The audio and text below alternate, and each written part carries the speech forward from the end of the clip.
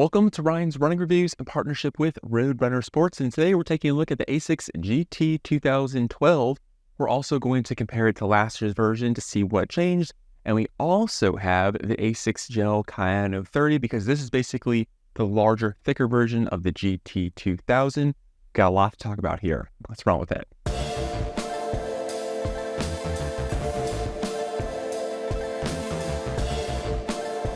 Now, before we get started, I do want to say these shoes were provided to me by Roadrunner Sports. However, I don't have a chance to preview this video, and this file synopsis is my own. I'd also like to say please leave a like on the video and consider subscribing. Here we go.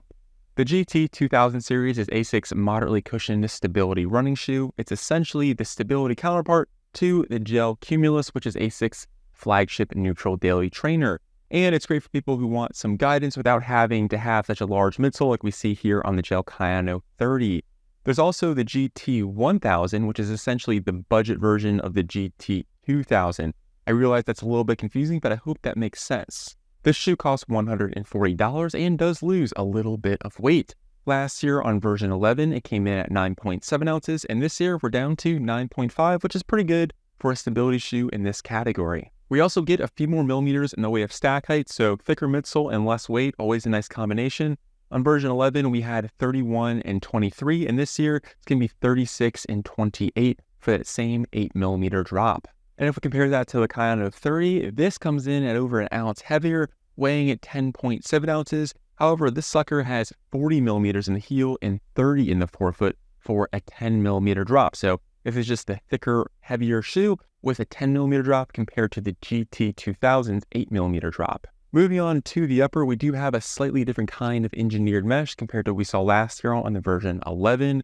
Overall, about the same kind of fit. True to size, maybe a smidge narrow. The breathability was pretty average. However, if we compare it to the Kayano 30, I think the Kayano has a bit more volume to it, especially in the toe box. Just felt slightly more accommodating in my opinion. The tongue, however, has been completely redesigned. It's now incredibly thin with small bits of foam blocks kind of scattered throughout, give you some protection from lace pressure. I think it works fine, but it is noticeably less soft and plush compared to the very traditional tongue we're used to kind of seeing from Asics on most of their daily trainers. So it gets a little bit thinner. For me personally, on my running shoes, I don't mind this, but it may be an issue for some people who really do like that really soft, thick, plush tongue. Again, the new thin, updated tongue with the foam blocks didn't cause an issue. It is a different change or a move in a different direction, I'll say, from what Asics typically does on their running shoes, and the same thing goes for what we see here on the Kayano with its very thick and plush tongue. The other change I will say is last year we did not have a gusseted tongue, and this year the tongue is now gusseted, just like we saw here on the Kayano. Moving to the back of the shoe, we still have that incredibly stiff and rigid heel counter, which is an important part of a stability running shoe as it helps limit excess motion and connects you into the stability platform, which is the shoe is designed for. You also have a new elf ear pull tab. In my opinion, I wasn't a huge fan of this updated redesign. I felt like the lockdown on both last year's version and the Kayano with their more traditional heel counters worked better, and I had to kind of orient the lacing system to make sure I got a proper fit, which I did not have to do on the other two models. So overall, I think the upper works quite well. Feels like a very traditional Asics shoe, very similar to last year. The biggest difference is I wasn't a huge fan of the change to heel counter. It's had a little bit of heel lift, which was not an issue, again, on either of these other two running shoes. Moving on to the midsole, it has been completely redesigned this year. We'll start with last year's shoe so we can kind of see where we came from. There was a whole lot going on to this shoe. The white foam was Flight Foam Blast. The green foam was a dense, more firm material, which they called their light truss system, meant to kind of stabilize the back half of the shoe. And then you had that classic Asics gel on the lateral edge of the heel to help with shock absorption.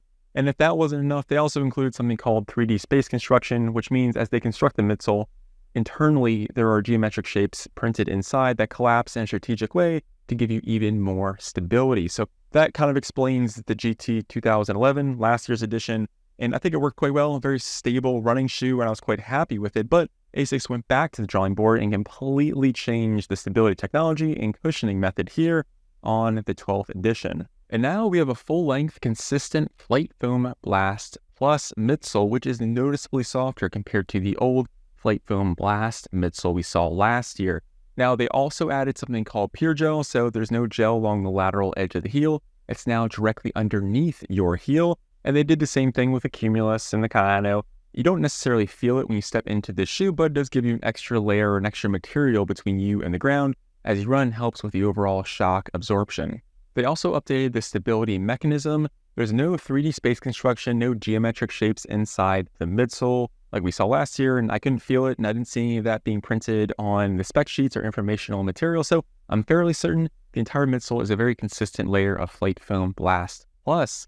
They did, however, implement something called the 3D guidance system, which refers to the large beveled heel, the incredibly wide outsole, and this lateral flare along the top of the forefoot.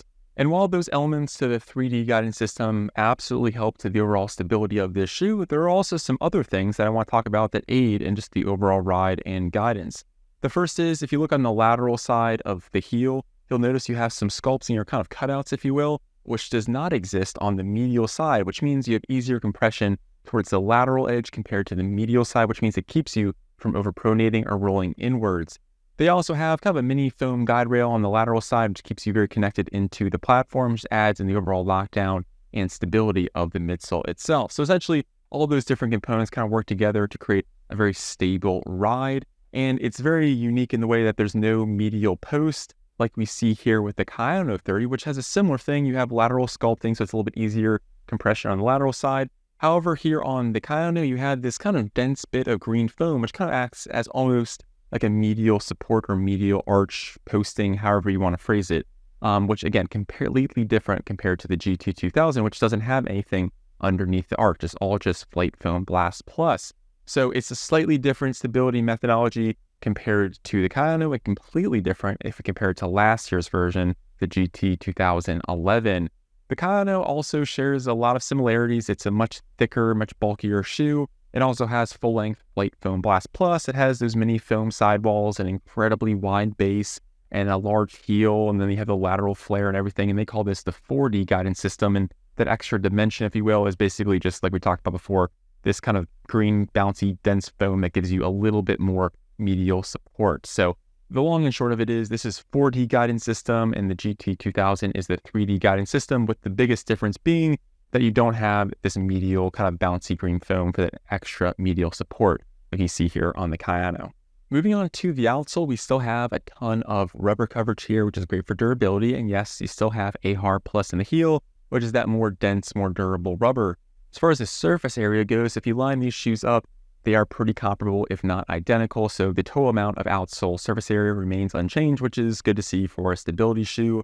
And yes, we still have that rubber through the midfoot, which kind of stiffens things up and just gives the shoe even more stability. If we compare it to the Kayano does have slightly more surface area to it, especially through the midfoot, which makes sense as this shoe is bigger, bulkier, and has that same Flight Foam Blast Plus foam, which is very soft. So you need that wider base to help stabilize things. So there is a little bit of a wider surface area between the Kayano and the GT-2012. After trying this updated version, I will say it feels noticeably softer and, in my opinion, becomes a more versatile stability running shoe for a couple reasons. One, it gets a little bit lighter. It's also a little bit more flexible and bendable. And the other thing is that the stability mechanisms here aren't as intrusive. It honestly feels like a neutral running shoe with just a hint of stability added. With that being said, I think last year's version does feel more stable just because all of the foams here are more firm and you have some other technology that provides a much more strong feeling of guidance, if you will, compared to what we see here on the 12th version. I will say I do like the lockdown of the upper better on last year's version compared to this year, but it is much more comfortable with that full-length, consistent Flight Foam Blast Plus foam midsole. I'll also say I think the GT-2012 is more versatile compared to the Kayano 30, which comes in at over an ounce heavier. It does give you 4 more millimeters of stack height, however, it is noticeably bulkier. This is a great option for someone who likes the Nimbus but wants a little bit more guidance. That's where the Kayano comes in. And for someone who likes the Cumulus but wants a little bit more support, I think that's where the GT-2000 comes in. I really do like the Kayano. It feels incredibly comfortable. It's just rather heavy and bulky, at least in comparison to the GT-2000.